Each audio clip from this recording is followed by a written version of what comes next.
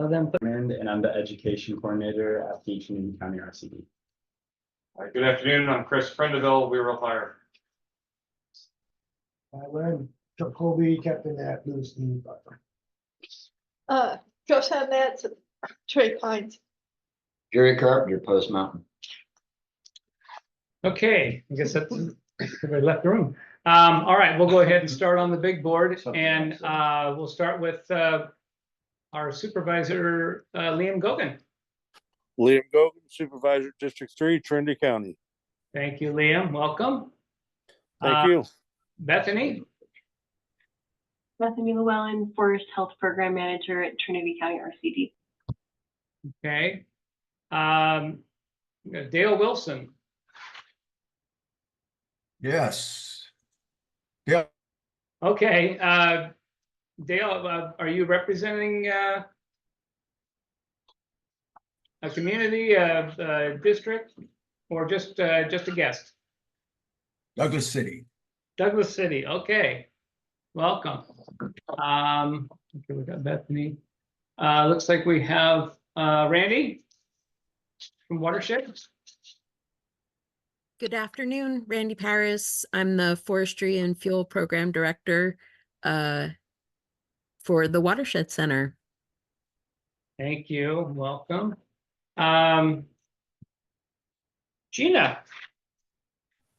Hello, everyone. Gina Moon here with the Willow Creek Fire Safe Council and ambassador for the Salyer area. Thank you. Okay. Keep track of everybody. We got Liam. And then, okay, what the one that was the DOI there? Oh, I think that might be Mike Allen. Mike Allen, is that you on? Yep. Yes, Mike Allen, Reading BLM. Excellent. Thank you, Mike. Try not to forget you this time. Okay. Dina. Hello, Dina Magdaleno, Sonoma Council, and I'm also an ambassador here for a portion of Trinity Village and on South Fork Road in Salyer. Thank you, Dina. Let's see,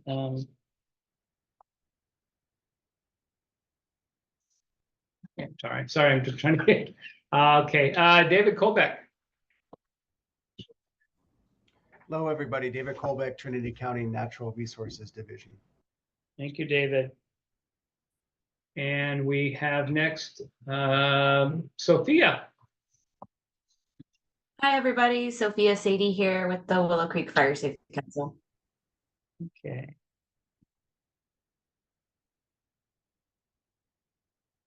And Larry Glass. Hi, Larry Glass from South Fork Mountain with safe alternatives for our forest environment, and I'm the local area advisor for South Fork Mountain. Thank you, Larry. Welcome. And let's see, we've got a couple on phones that I'm not sure who we have there. Did we get everybody else on the board? I think we did. I don't know who's on the phones.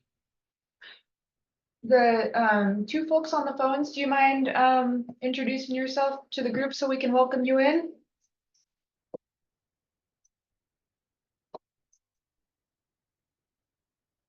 Yeah, I'm Xander Winter with the Watershed Center. Okay, perfect. Thank you, Xander. And we have another phone up there with the 707 area code.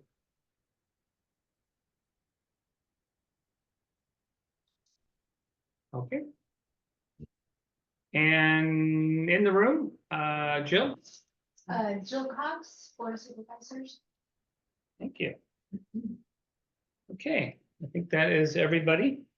We'll go ahead and move on to discussions. I'm sorry, additions or changes to the agenda. Everybody had a chance to take a look at the agenda. If anybody has any changes or additions for today's agenda. Hearing none, we'll move on to discussions. We don't have any presentations or anything. Perfect. No discussions or grants. No grants. Okay. Well, this is going to be a A quick one. All right, well, we'll move over to, one of the things I wanted to add, do we have anybody that needs to leave early? We're gonna be going in alphabetical order, starting with BLM this, round. Is there anybody online that needs to leave early that, would like to report out early? Randy, you have your hand up, and Larry? Yes, I will have to leave at 2 today. So we do have some representatives from the Watershed Center on the line as well. Both Megan, she introduced herself in the chat, and Xander are here. So I don't know if we could continue with the flow of the meeting. Okay. However you want to handle it. No problem at all. Once we get, we'll start out with you on our updates when we get to that point. And then Larry, you have your hand up? Yeah, I have to bail at 2. Okay. All right, we'll make sure we get to you guys right away. All right, we'll move on to Fire Safe Council Coordinator update. Okay. We have completed our community meetings. So that's very exciting. So over the past 2 months, we've done 11 community meetings in 11 different communities. I provided a report on attendance at our last meeting, but since then we went to Douglas City where we had 18 people, 12 in Coffee Creek, 8 in Hawkins Bar, 10 in Post Mountain, and 17 at Junction City, which was this past Tuesday. So 10. Keeping people engaged. 10 months. Let's see. I want to thank all the partners who came out and supported these meetings, either with attendance or by sharing what their organizations are up to in our communities across the county. So thank you to Xander and Ellen with the Watershed Center for coming out. Nate, Adam, Keith, Bronson, and Kristen with the Forest Service, Shasta, Trinity, and Six Rivers for attending. Liam, Rick, Dan, Bella, and Philip with the county for coming out, and also Chris with Weirville Fire for coming out. It was a whole lot of fun. Over the next few months, our office is going to hunker down and try to finish the evac and hazard plan so we can bring them to the board for hopeful adoption this year. So that's our goal. In addition, we have identified many new priority project areas to incorporate in our analysis and planning for the community wildfire protection plan. So we will also be hunkering down and working on that as well, plugging it into our GIS and then starting the ranking and evaluation. So I expect there to be invites to go out to our partners to get input on the update to the CWPP on that implementation and planning level, because we're planning for this to be a comprehensive update. So more to follow on that over the next few months. During that, we had address sign distribution of reflective address signs for free for residents. We have a few left over, so we're going to be coordinating with local VFDs to give them out to them for free so they can coordinate with their communities. There's going to be a Fire Safe Council booth at the fair this year. So we're excited for that. That's the second weekend of July, starting on Thursday through that Sunday. And we had a Rush Creek Neighborhood Ambassador event on June 1st, which was a huge success. There's a common area that was really overgrown and had some fallen trees and brush. So neighbors, this is the second year in a row that our neighborhood ambassador, Charlie Holthouse, organized a work event.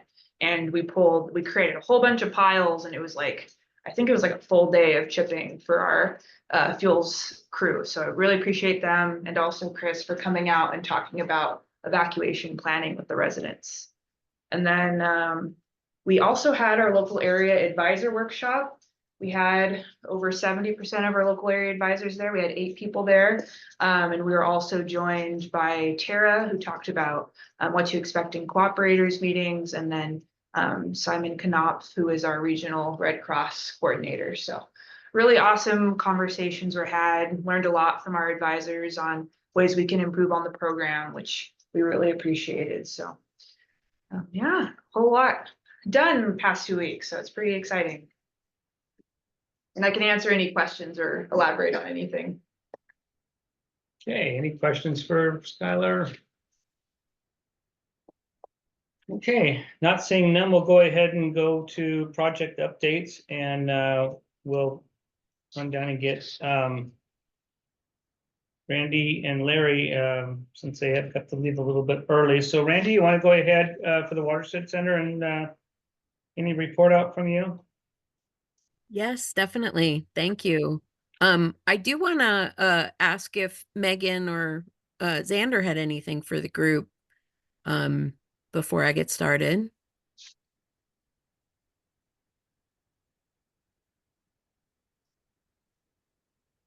Since I couldn't make it to that. I can Go ahead. fill in blanks if needed. Okay, great. Well, I'll go ahead then.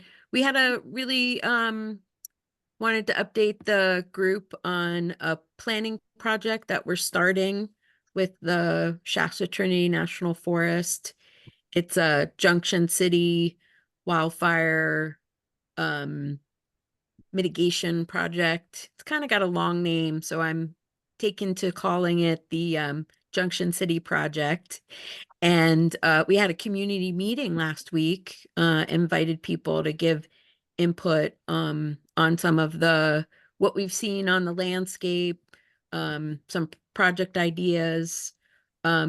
Ultimately, when the forest has their forest-wide fire and fuels project, the area can be managed with some prescribed fire is the idea, but this is the vegetation management prior to that larger prescribed fire project. So kind of exciting prospect to look at that. And we had some good turnout, 10 members of the community. We had a good conversation. For Bowerman, we're getting awfully close to bringing that analysis home.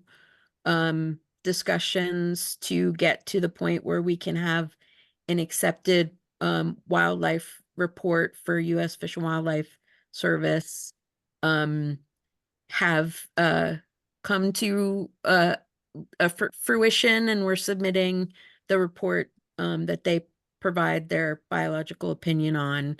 So we'll be able to wrap up the rest of the project. You know, there'll be no additional changes now that we have an accepted BA there.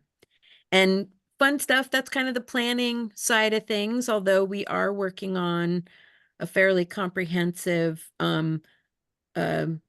fuel reduction project compliance on private lands around High and Palm. And Xander's the lead forester for us, working on that project with BBW, who is representing Trinity Timberlands, the large in holding up there on South Fork Mountain and kind of following Pelletrew Ridge Road. And we're making good progress on that effort. So it's looking like we might hit our timelines of being able to sign that right around the new year. But in terms of implementation, you know, our fuels crews are hard at work. We've got 5 crews this year. We're on the verge of the seasonal restrictions lifting on the forest for Forest Service implementation, but we've been working downriver on the north side of Hayfork, opening up roads in our fire areas where we have trees blocking the roads in Sims and the August Complex and McFarland and Monument. So yeah, it's been a busy start to the season, but we've had some really good progress, and we're looking forward to being able to dig in on our Forest Service projects with those seasonal restrictions lifting. I think those are the big pieces. If anybody has any questions or wants further information, please let me know. I don't know if Megan and Xander have anything, but we will be also starting some outreach around Hayfork, for the work on private parcels as part of our, I guess that was the 2022 Forest Health, grant. And so just to let people know that we're continuing to implement, on that project. It's just, we want to get the planning around High and Palm moving forward, before we really started doing outreach around Hayfork. Okay, thank you so much. Thank you. Anybody, any questions for Randy or any other comments, Megan or Xander, that you'd like to add to that report? The only thing I could add is that we also have a burn planning workshop happening at a private residence in Hayfork next weekend. So that's July 6th and 7th. It's up on our public facing calendar. So if you're interested in attending that, you just fill out a registration form and then you'll be in the know. You'll know which private residence to go to for that workshop next weekend. Okay, thank you very much for that report out. Let's jump over to Larry Glass and let him go ahead and report out since he's got to leave early also. All right. Hey, thanks. So as far as the collaborative, we went on a field trip with Shasta Trinity. Tara Jones took us up to Bowerman to take a look at the finished mark on that project. The mark was accomplished by the Watershed Center and Xander Winter. He did a great job on the field trip of explaining the criteria that they used and his methodology for doing it. Everybody seemed pretty satisfied with the end result as far as the mark goes, which trees they were leaving, which trees they were taking. I think it's going to wind up being a good project that reduces fuels along that part of Bowerman Ridge. That's pretty much what I've got. All right, Larry, thank you very much. Okay, we'll go back to the top of our list and we'll start out with Mike with BLM. Mike Allen here for Reading BLM. So my updates are that I talked to the watershed this morning. We're going to do a site visit for units A and B on the Reading Indian Creek. So I think we're about 2 weeks from them starting the mastication. But we just need to get the bird survey done first. But Chester Brown he wanted to go out there and do a site visit just to get the lay of the land and get our thoughts. I extended the invitation to Bethany. I believe her or Skylar will be out there. So we're just going to go over the topics and the work statement and get ready for that thing to kick off. I believe the Trinity RCD portion will be starting in August. So the only might be setback for that is like those months are high bird nesting months. So once the bird survey happens, they may or might not have to flag off some areas of nesting birds that won't be able to be cut or masticated during those times. It's one of those things they have to keep surveying as time goes by. If we're going to continue work, they like to get out about a week or 2 weeks early to check for bird nesting. So if they do find them, they flag it off. It becomes an exclusion zone. So that kind of takes away from the acreage. It's just one of those things we have to do for compliance. But we don't know how many birds or how many exclusion zones will be out there until they do the survey. So if it's too high, we might push it back, but we don't know. But I think we're on track within the next 2 weeks to at least get the mastication going. So that's moving forward. We have had a couple meetings with Shasta Trinity about the Junction City area. They're putting in those pre-existing control lines, and there's a small portion of BLM land that would connect it to the river. It's a very small portion. They're writing up their NEPA right now, I believe, or getting started to, and they just want to incorporate that small piece. So we'd have to do our own NEPA/DNA to get that going. But we would write it for the whole parcel of that BLM property. So not just that small portion, it'd be the whole connecting portion of the BLM along the Helena Junction City area. And we would write it for, cutting and piling, mastication, chipping, whatever it's covered in the SWIFT. And then we would plan to, treat that whole area. So not just that small portion that the Shasta T is looking forward to connected, we would, look at the bigger picture and go for that. It's the same amount of work to write for an acre that it is for 300 acres.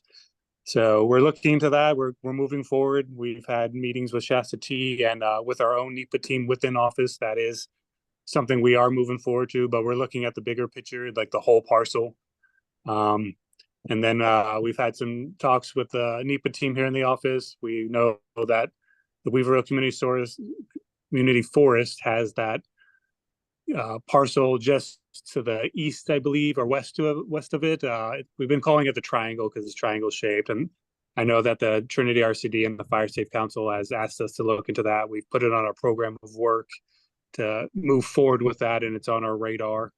And then what we have in our areas is the pile burning that will, as soon as it starts raining again and we're in prescription to burn, we'll be going back into the same areas that are piles in there. Weaverville Community Service, Little Browns Creek, Reading Indian Creek. We all have it on our program of work. And Oregon Mountain, I've talked with Jess about those piles up there. They're larger machine piles left over from the timber harvest in the Glenison Gap area. And there might be a small handful in the Lewiston area that might have missed, but I know they're there. They had to be reworked, and that we will be getting those and tying the bow on that one. So those are our areas. Those are the places that we know we're doing work. So if anybody has any questions, I'm here to answer anything I can. Any questions for Mike?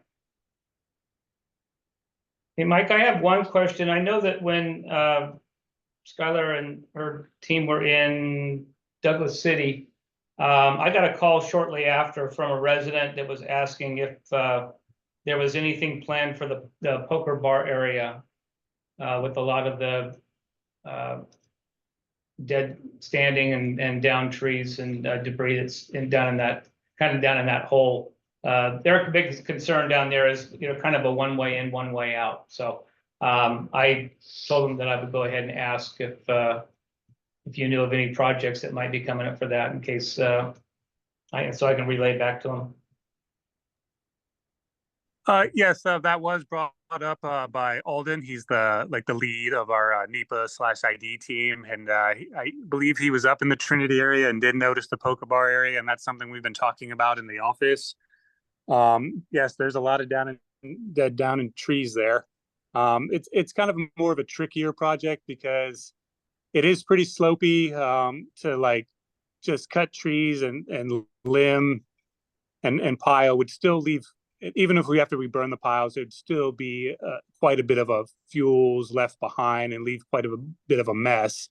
So we're just trying to figure out the best treatment of basically removing the boles after we cut the trees. And some of the trees that would be cut would be on,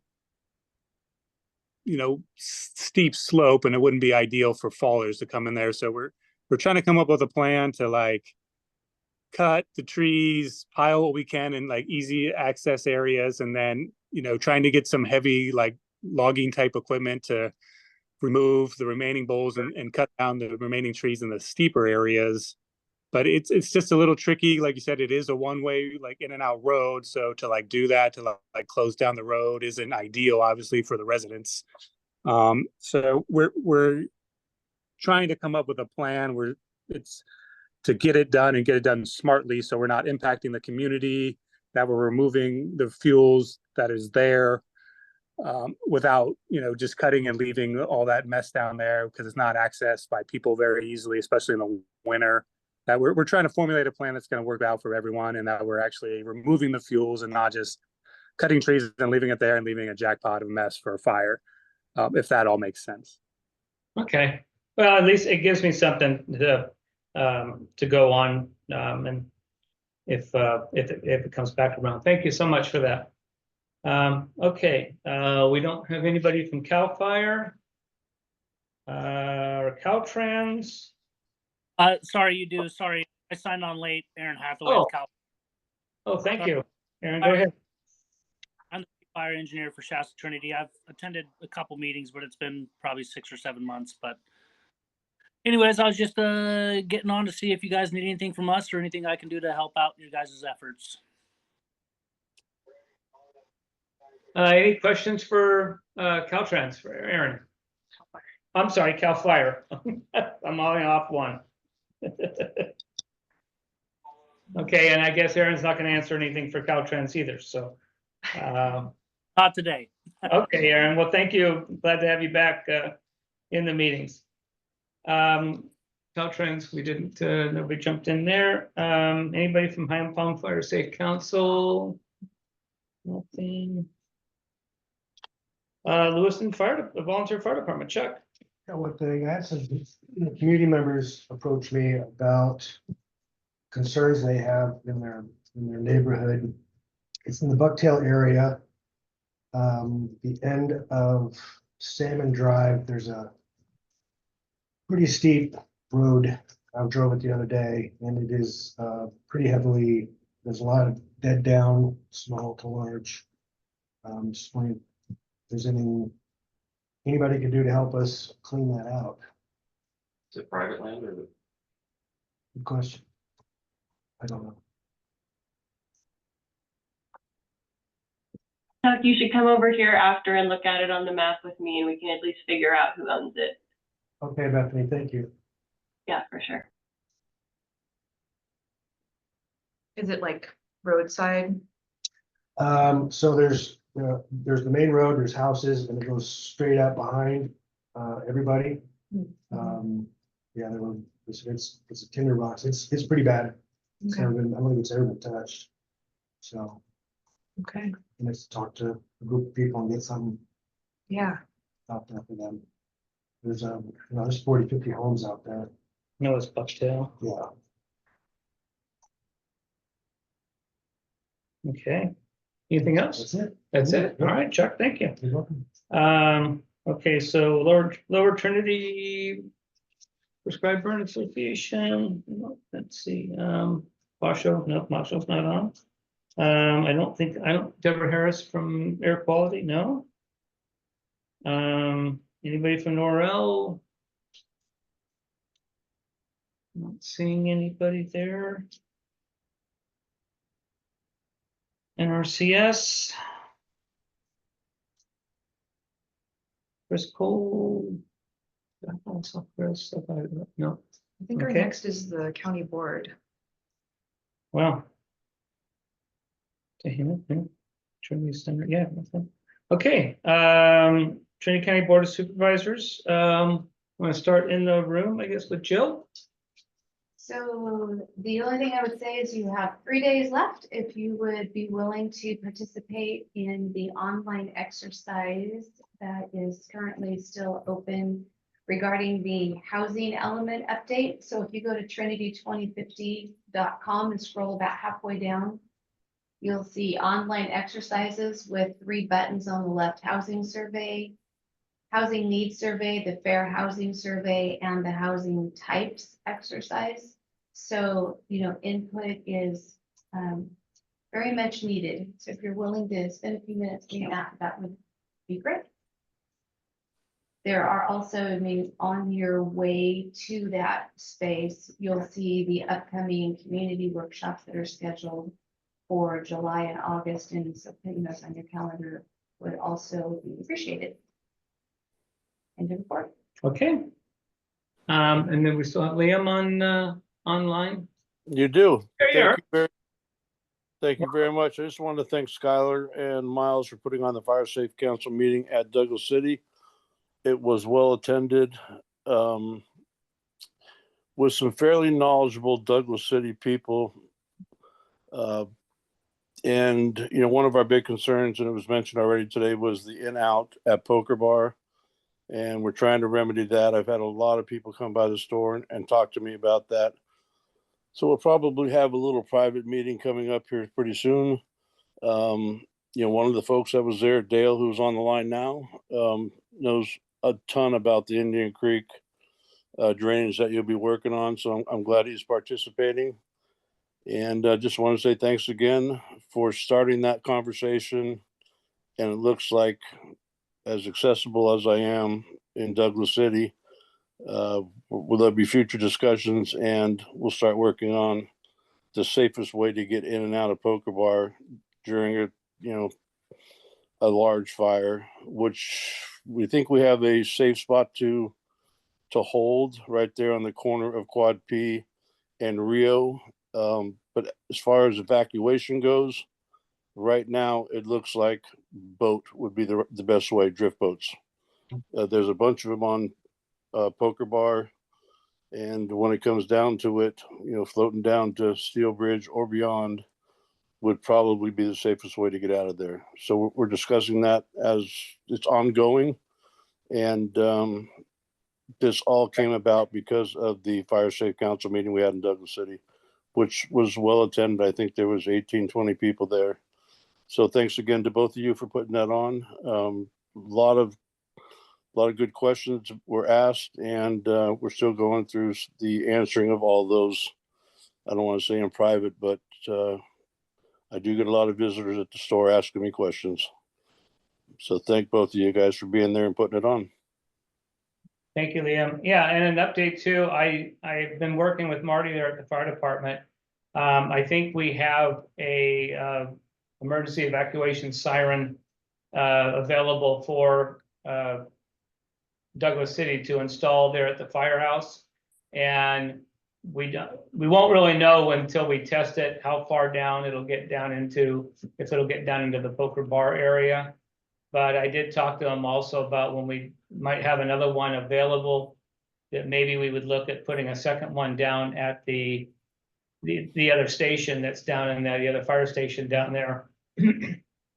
And probably just have to have or maybe even take their old one that they have and put it on the station and have a board member set it off if need be. So we are looking at that area for immediate evacuation if it comes down to getting people out of there before sheriff's department can get in there and help people out. So it's in the works, and I'll kind of talk a little bit more about that in my report out. So one question there, Philip. I think you might be better off putting one down there in Poker Bar, like you said, kind of skipping the firehouse, since it's a pretty big hub. The store, the firehouse there and the hotel is a pretty big hub of communication. What would really be needed in it and be helpful would be something at the top of Deer Lick.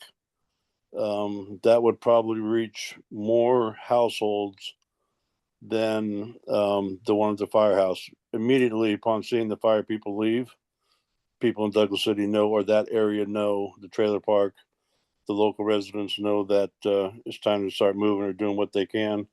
And it's not a one way in, one way out situation there. So I think there may be, if possible, better use for the fire sirens. Yeah, that would be fine if what we need power.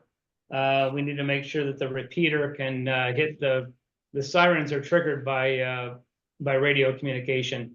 So dispatch actually triggers it through their repeater and their radio. So the main thing I'm looking for right now is that where we have reliable power with a generator. So if power is out when something happens, we can still set those off. But I'll continue to work with you and Marty and see what's the best fit. Right now, we're just kind of in the planning stages of trying to find a home for it. So, but I appreciate that information. I'll definitely look up at that area and see if maybe either Deer or down in Poker Bar, if we could find a way to power it with a generator. We would definitely do that. So thank you very much for that information. I appreciate it. You got it. Thank you very much. Okay. So Larry, did you, as far as for collaborative group, did you have anything? That's what I already reported on, was the collaborative field trip with Tara. So okay, perfect. All right, thank you. David Colbeck with the Trinity County Natural Resources. I don't have any updates at this time, but I'm happy to answer questions. Thank you, David. Okay, Trinity County OES. Well, we did get, I was down in Burnt Ranch this morning, and with the help of Trinity PUD, we got one of the emergency evacuation sirens installed down at the school in Burnt Ranch. It's on the pole and in the air, and the electrical is started there. We also, in this last month, were able to get one installed at Weaverville Fire Department. Other than that, updates, like Skylar mentioned, we're just excited that the hazard mitigation plan public comment period is almost over. July 1st, last day. We haven't reviewed yet. You haven't reviewed it. And I did a presentation for the Board of Supervisors, just kind of going over some of our programs and, our Code Red, Know Your Zone, some of the other sites that people can get information on. I'm right now putting together a presentation for the emergency sirens and the education portion of that's going to piggyback that on how we're going to get the information out to residents when we start doing tests on these and monthly tests on them. So there'll be a lot more information coming out. I hope to do something with Trinity Journal through our Facebook page, our web pages, and Code Red announcements will be going out prior to each alert, I believe. That's kind of the way that I see it, but I'll be meeting with dispatch and the sheriff's department to cover that too. So pretty much that's all I have at this time, unless there's any questions. Yeah. Yes. A lot of time when we tried to look up our zones through our devices we try to zoom in on the maps and it gets diluted and you can't read it. The number goes Yeah, away. you can't read the number. Yeah, and they're so Or- teeny like on our phone or other, I did take I was up in Host Mountain for the community meeting and I did take a map up there. And I was able to, at the zone finder tool, is that what that was? Know Your Zone? No, well, there was a tool that you gave me a link for that we have where I actually utilized it on my phone and I was able to find somebody that was there at the meeting. I was able to put in their address and their zone popped up. So that's a little different than just looking. yeah, at it's the a map, it's a new link that we have. I'm trying to get it on our OES webpage as soon as I can get our person that handles the webpage to get it listed, but I did try it on my phone and I will find that link for you. And you can literally just click on that link and then you can put in your address in there and it should pop up a lot of times, especially if you're in the system. Once you start filling it out, it'll probably auto-populate. If you have internet. Yeah, The internet's really sketchy. Well, I know. I mean, yeah, we didn't have any yesterday morning. Yeah, I talked to Belong yesterday and he said it was pretty tough. Yeah, I talked to the board supervisor called me last night and his complaint was the maps. Okay, well, I will make sure that you guys get that link and then we'll see. I don't know unless we have to work with do something different with Denise to maybe try and, because they blow it up and if the numbers are well, going that's away. a lot of different zones that I look at all have the same problem. They have a nice little map, but once you try to zoom in on something, it just dilutes. It'd be nice having a siren. I'll find you that. Yeah, well. Well, we don't have power to You don't have get power. that. I'll work with you after the meeting and we'll get you squared away on that. Okay. Do we have anybody show up from Trinity County Planning Department? Let's see, Bella. Anybody? Philip, I had a question back on your emergency evacuation zones. I'm wondering if each and every landowner within Trinity County will be receiving a new pamphlet, a little handout. I love the one that I have. I refer to it often, but I think that it's a good time to send everybody out maybe another one.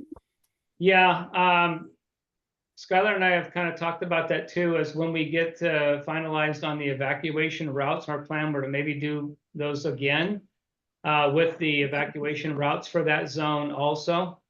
I also, the fire departments in your communities should still have those pamphlets available too. We gave them like 10%. I think they got like 10% of what went out in that community. But I can go back. I'll bring it up at the fire chiefs and make sure that everybody still has the fire departments have their pamphlets. But yeah, we do plan on putting out another flyer with a little more information this next time. But thank you for Okay, thank you. reminding me of that. Okay, Trinity County RCD. I don't know who wants to start. Guess maybe Bethany? Sure, I can start. We have been busy. Community chipping is finally complete for spring. The last estimate I heard was 127 properties, unless Skylar knows better, which is so close to our record from last spring. I think that was 133. We're working with the Forest Service on some plantation thinning up north. I'm working with Mike to get a contract out for a portion of the Reading Indian Creek project. We've got ongoing work with the BLM on that small timber harvest on Oregon Mountain, and then we'll be rolling straight into follow-up fuels work on that property. Just this week, we kicked off roadside work on Suzy Q Road, Sophia, and that's a community wildfire defense grant through the Humboldt County RCD. So that's our first implementation on that, but it's a big project and we're excited to be one of the partners on it. We'll be kicking off some work in July in Lewiston along Mountain View Road and Wilson Road. We've started outreach for that and got a good response so far. And our forestry crew just went through Forest Service cruiser training. That was great. And then they're working on the mark on Bowerman and on Trinity camps. And after that, they'll be out on the Big Ranch project. And they're working on laying out the McConnell Foundation FEMA project. That's what I've been up to. If anyone has any questions about my stuff. Okay, Bethany. How about who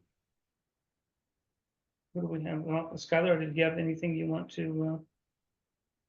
I guess since we have Sophia on, I do want to add that yesterday, I think we got 3 or 4 landowner agreements just while we were out on Suzy Q. And then today we called like a priority landowner who owns like 4 properties on Suzy Q. And he was like, what? I didn't see your initial letter. Send it again. I will sign up. So we have quite a few landowners signed up on Suzy Q for roadside. So we'll have a lot of really continuous work, which we're excited about.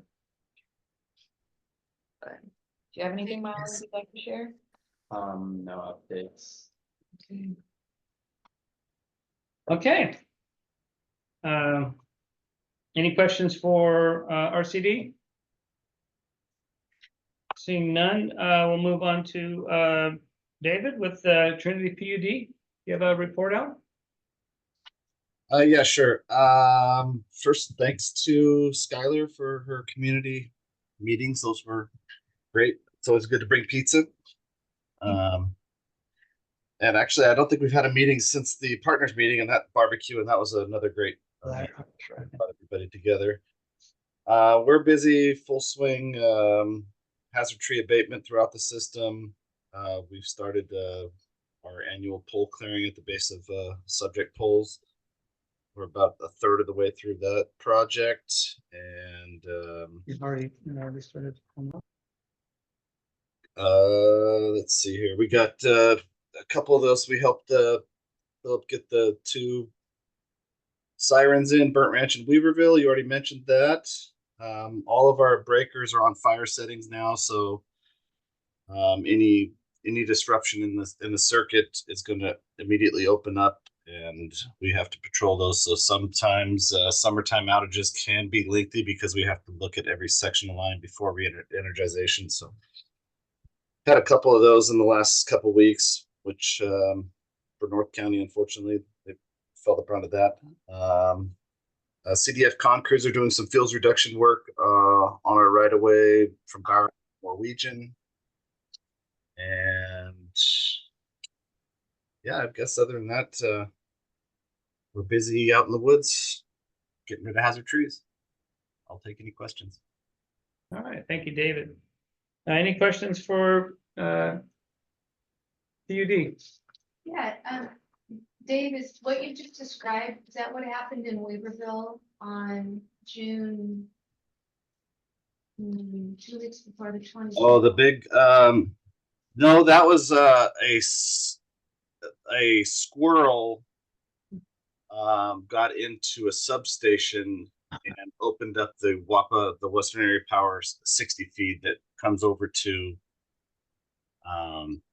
that feeds a Weaverville substation. So it was kind of a system-wide outage. We got it back on, and then we had to take another small outage for Lewiston to make repairs later that night. Got it. Yeah, you guys were quick. Thank you for that. Sure.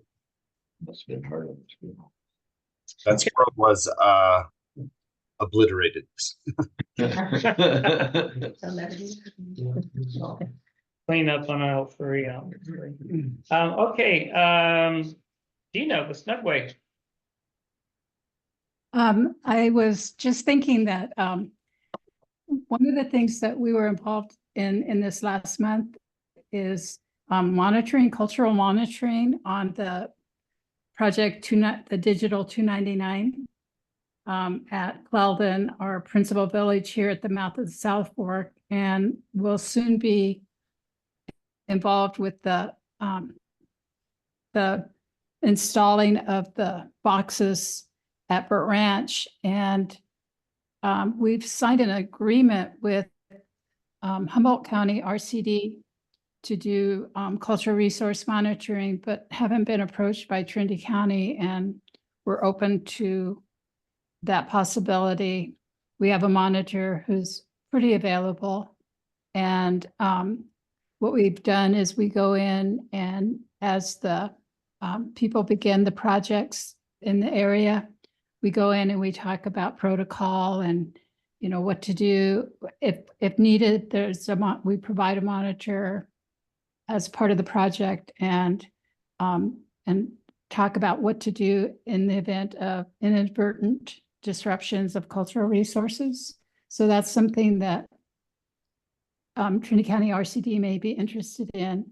Also, here on Coon Creek Road, there were 3 chipping projects here yesterday and today. So we really appreciate that. And I don't know, because it's a revisit, if it counts as those last 3 or if they are just a continuation. But it's been really good, particularly at my house.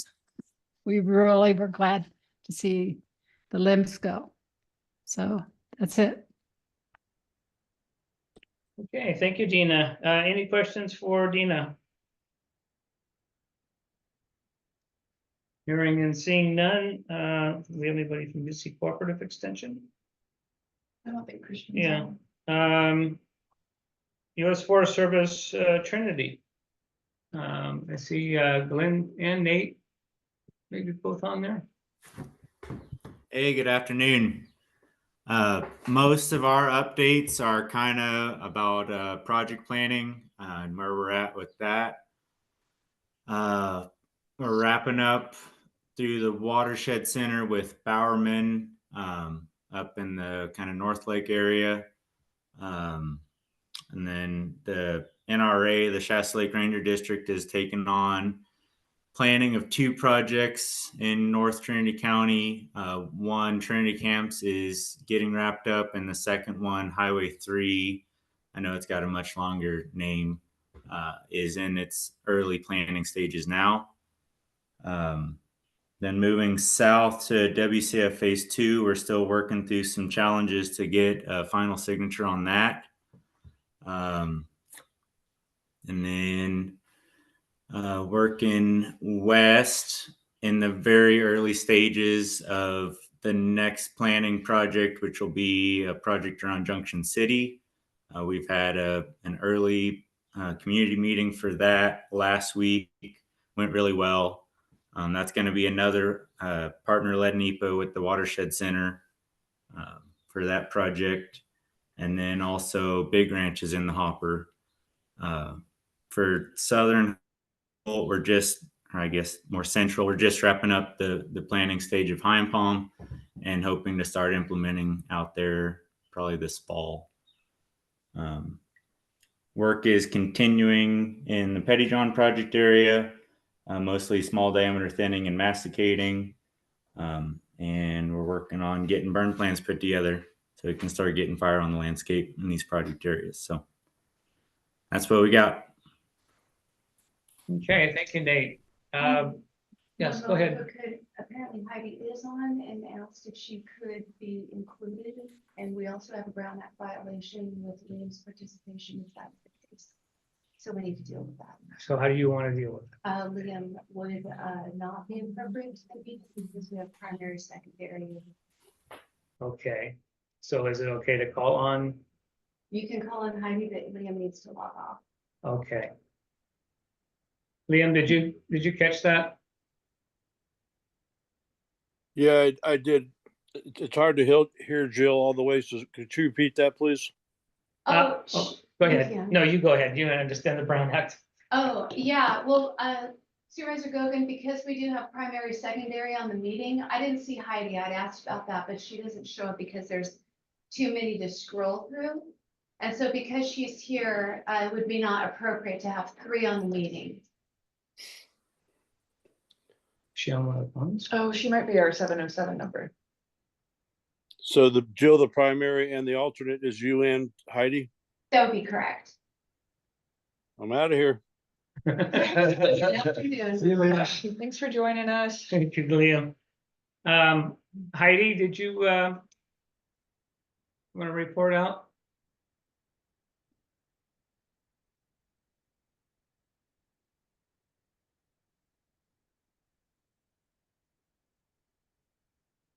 We know if that's Heidi. Just, Okay, can you hear me now? There you go. Okay, great. I'm sorry. I'm traveling, so I had to just call in today. I just want to take a few minutes to say an enormous thank you to all of the tremendous amount of fuels reduction that's going on in my district. It's amazing to me after years and years of fire and projects that we're getting to see as much work done as we are, all the way from surface streets, as Dina mentioned, in Trinity Village and around the communities in High and Palm and Burt Ranch, and then up into the high country on our emergency roads and Forest Service access roads. I am ecstatic that work's going to be done in the Susie Q area, and that work's being done up around the backside. We call it the old East Willow Creek Road, but I think most people can refer to it as Sealy McIntosh area up in there. And I'm just so grateful for everything that everybody has to do to get this kind of work done. And I see nothing but hope and quality of life improvement. And maybe our insurance will go down a little bit. But I just want to say thank you to everybody for all the work that you're doing. And the community is so grateful, and we're all looking forward to being full partners in all of this. That's all. Thanks. Thank you, Heidi. Okay, going back on our list, anybody else from U.S. Forest Service? As Glenn, you're on, did you have a report out? Yeah, I just wanted to say that, as you're probably all seeing that the temperatures are rising in fire where have a lot of extra resources brought on. We have a 20-person crew currently in Coffee Creek, staged out of there, and another engine out of Big Bar, and then we got another engine will be staffed starting Saturday, coming in from New Hampshire, and they'll probably be there for a good portion of the rest of the summer as they swap crews in and out. And a lot of that is threat originally from lightning, and now of course it's going to get real freaking hot. And the 4th of July coupled with a full lake, and the 4th of July the week after that, seeing lots of people out and using the forest. In a report. All right, Glenn, thank you so much, and thank you for getting those resources built up in these areas. Because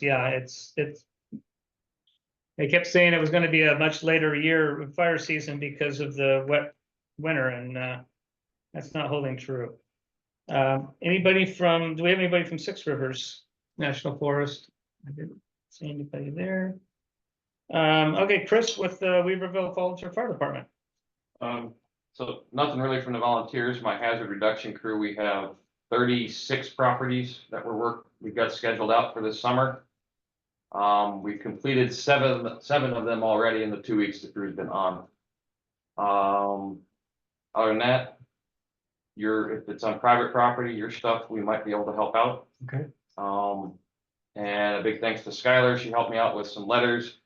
I've identified some properties around the BLM and RCD timber sale and some projects the U.S. Forest Service did. And so thanks for those maps from you guys. And we identified properties around there, and hopefully soon we'll be sending out letters that Skylar wrote for me to get some more work from people adjoining properties so that we can tag on to what's already been done. Yeah, I think that's about it for us. Okay. Any questions for Weaverville Fire?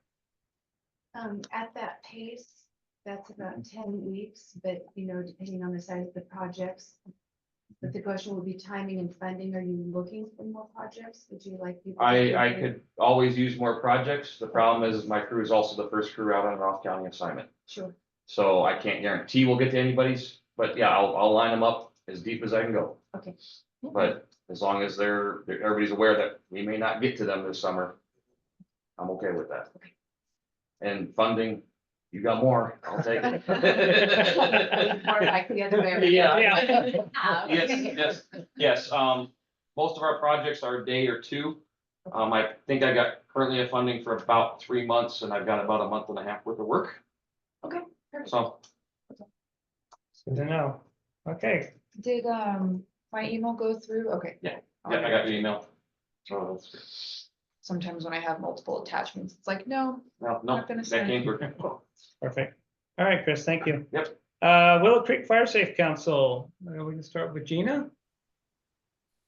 Yeah, I just want to thank everybody. Of course, I've kind of been under the weather for the last few months, but I'm definitely very thankful for partners, Willow Creek Fire Safe Council members, and Zoom meetings, of course, allows me to stay in touch the best I can. For all the different monthly things, day in and day out, little things like meetings. Our next meeting will be coming up. It's going to be on the second Thursday on the 11th versus the 4th this month. And then our monthly Adopt a Highway that we're not getting compensated anymore, but we still do it because we have been all along. And then there's Bigfoot Days coming up July 13th, which is really soon. The Fire Safe Council has been involved with that. There'll be an education booth along with food at the main event. Last year, it was overwhelming. I don't know how they advertised so well, but if you guys want to come on down, it's going to be crazy. But yeah, just Fire Safe Council has been involved with a lot of little things ongoing monthly. Some of the more exciting things that I really am thrilled with is our vision committee that we've been throwing together, planning for our future. That's huge. We are building our crew capacity and trying to step up our pace, stay in the game so we have something to offer for both counties, both RCDs, and the community. So along with that, we've had some a few different grants have come through. We're closing out one by the end of this week, and we've got some more ongoing. One of the bigger ones, of course, is our CWDG, which we started implementation on June 17th for roadside fuels reduction over on the Patterson Road. And I hear it looks great. The contract crew we hired for that was for Escapes. And then we also have Jones Family Tree Services taking on the defensible space implementation as of June 24th. So that will be ongoing. It's good to hear Suzuki is happening, more defensible space to look forward with CWDG. There's a lot going to be happening.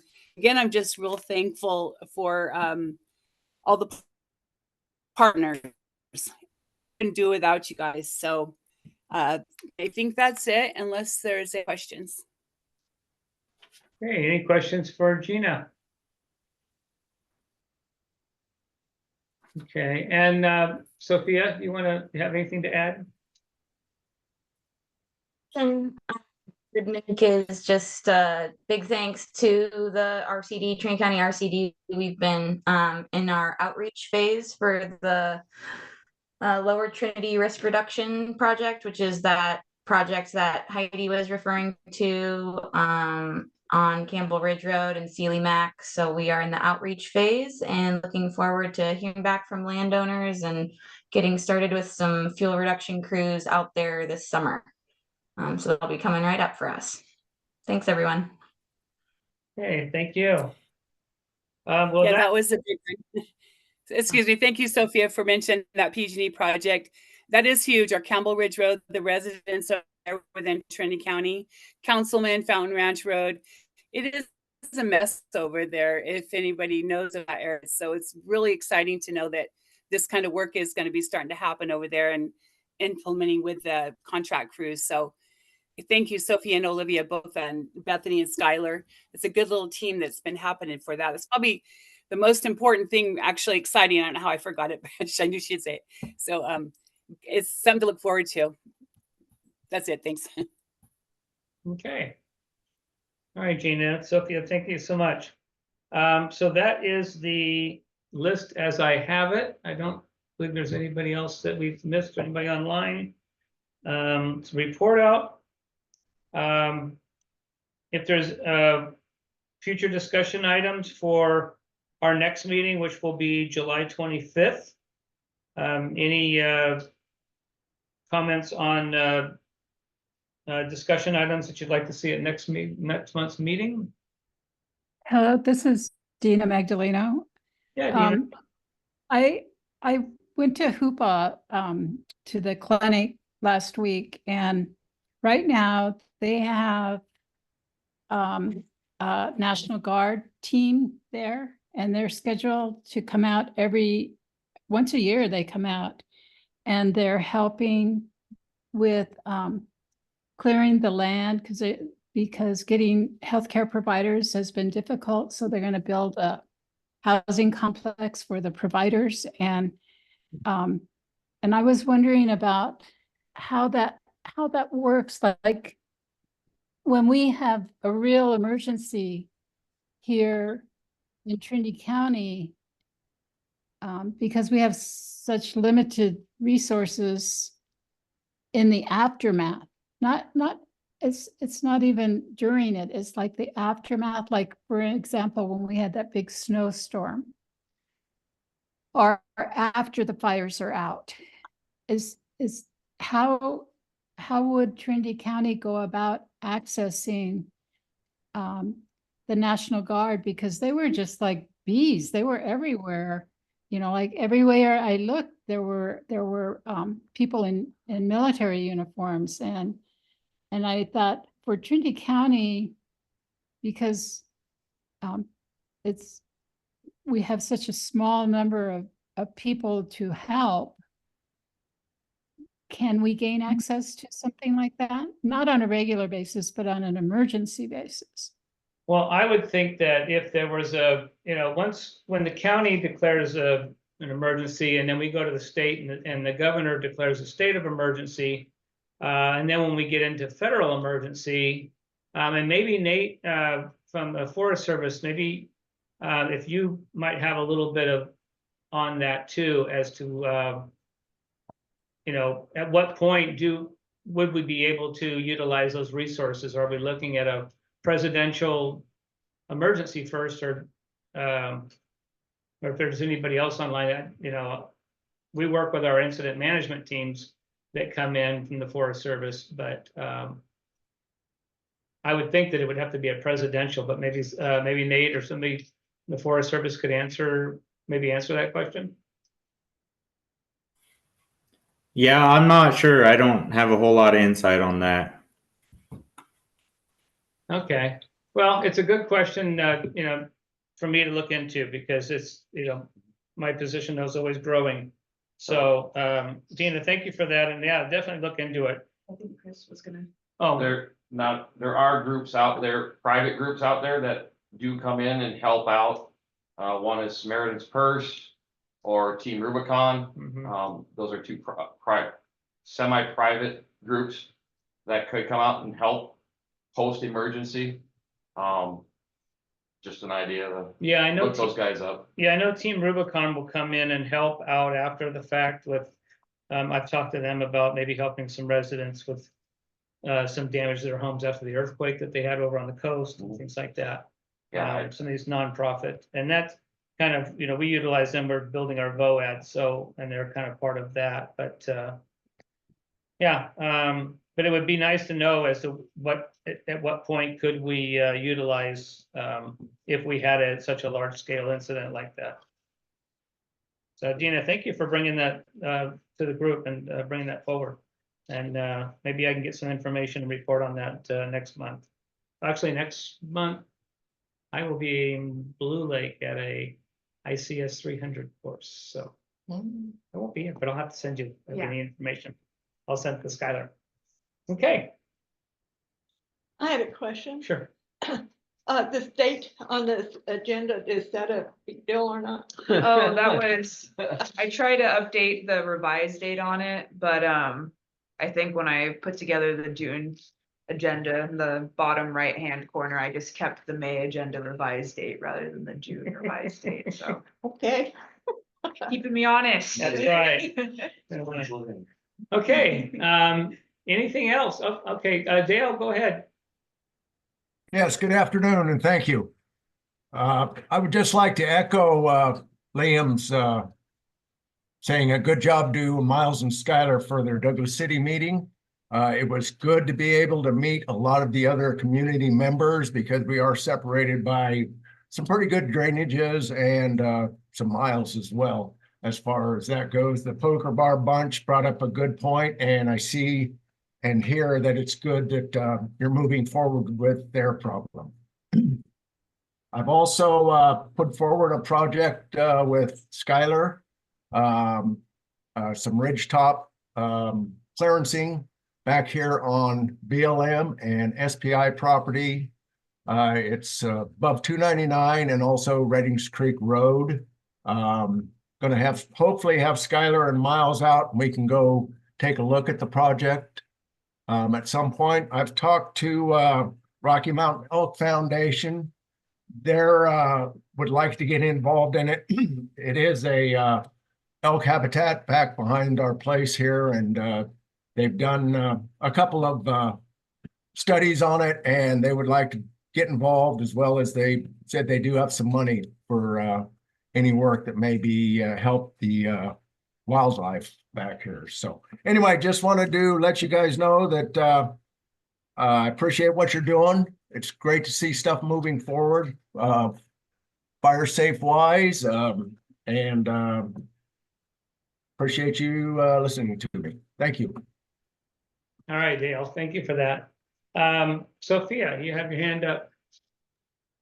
Yeah, I just wanted to mention and just maybe ask for some clarity, maybe from David Colbeck about I was thinking about the state of emergency roads and just bringing that up again, that issue with, I know there's, 300 plus roads that are in a state of emergency around Trinity County. And I think my understanding is that David created a framework to add which roads are kind of on the list to get, repaved or some attention. And I'm just wondering if there's anything we can do to, move it forward, or where that's at and what stages the public could do to add on to those county roads.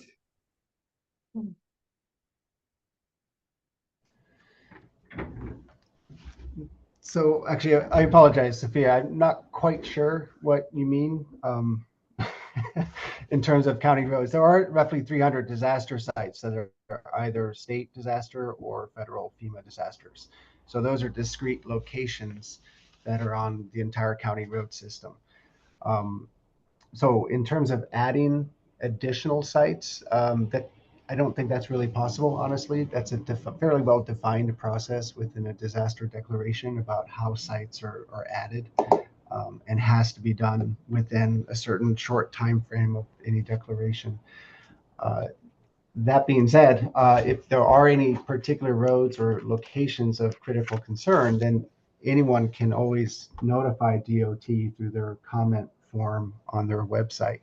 And they like to receive comments from individuals that point out specific problem areas. Part of my work, though, is that, yes, I am looking for suggestions that could be in relation to the Good Neighbor Authority and how I can get projects out on the ground. So yes, if you do have other areas that may not be DOT specific, then yes, you can also reach out to me for those. And that actually could include Reading Creek or the idea of elk habitat. I'm aware of a county culvert that is in that area that is a project I would like to pursue for what was just mentioned by Mr. Wilson. So I apologize, Sophia. Does that get to what you're suggesting? I think it does. Thank you for the clarifications. And, I think anything that I have to add, I've already mentioned. So as long as it's already, in the works and you guys are considering it, thank you. Yes, and to add to that just briefly, I did revise the Good Neighbor Authority proposal. I'm waiting to hear back from them in terms of whether that is approved or not. But included in that concepts like a curtain burner or roadside mastication, similar to what this group has already been talking about. So just trying to expand that capacity. Very cool. Thank you. Okay, thank you for that, Sophia, and your answer on that, David. Last call for any other comments to the committee, council? I'd like to have one comment. Okay. A month ago, it wasn't a big issue, but this month it's suddenly a big issue that my grass is like 5 feet tall, and I've never had that tall of grass on my property before. But every place you go, you see it's this really tall grass everywhere. And I know it's a big fire hazard with the grasses like that. And I just wanted to comment on it. More rain, taller grass. More grass, yeah. And less rain, drier fuels. They both equal fire season. Well, the tall grass is drying, Yeah. so it's going to be there soon. Yeah, and this next week, I see the weather report, at least for in the valley, it's gonna be upwards of 110 by the end of next week, so. Yeah, And there was a fella that was out mowing his dry grass and burned up 40 acres, and he's being arrested for it. Yes. Thank So, you, Jill.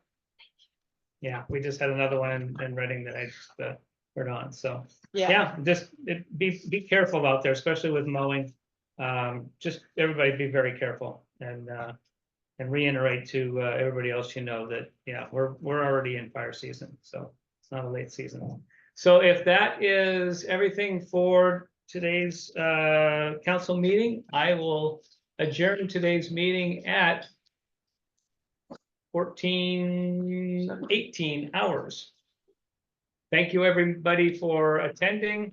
All of your comments, all the hard work that you guys are doing, keeping us safe. We will see you on July 25th. But not me.